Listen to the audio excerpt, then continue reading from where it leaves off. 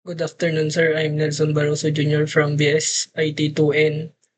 This video is how to install and set up the Tony.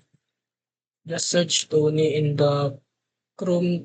Then this link. Yan, sir.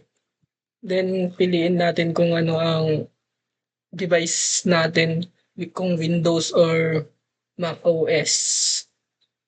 Dito tayo, sir.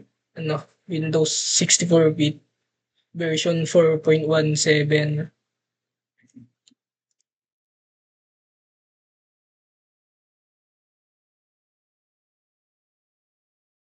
Tapos na yan, punta tayo sa file, then go to downloads.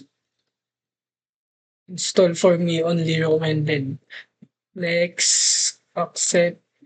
Then pumili tayo saan natin ilolocate yung Tony files natin. Dito na sa akin, sir. Next.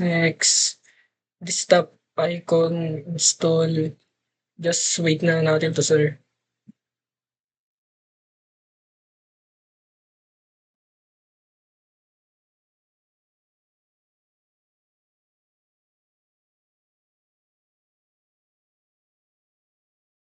Tayo lang natin. Yun, finish. Exit. Sorry, sir. Just open Tony. English standard. Let's go. So, Control S. Then, Barroso.py. Save.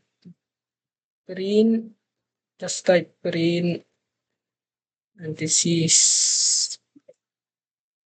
Research.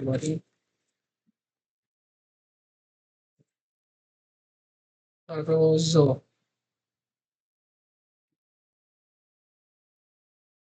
Tapos, try natin na run. Yun, sir. Yun lang po.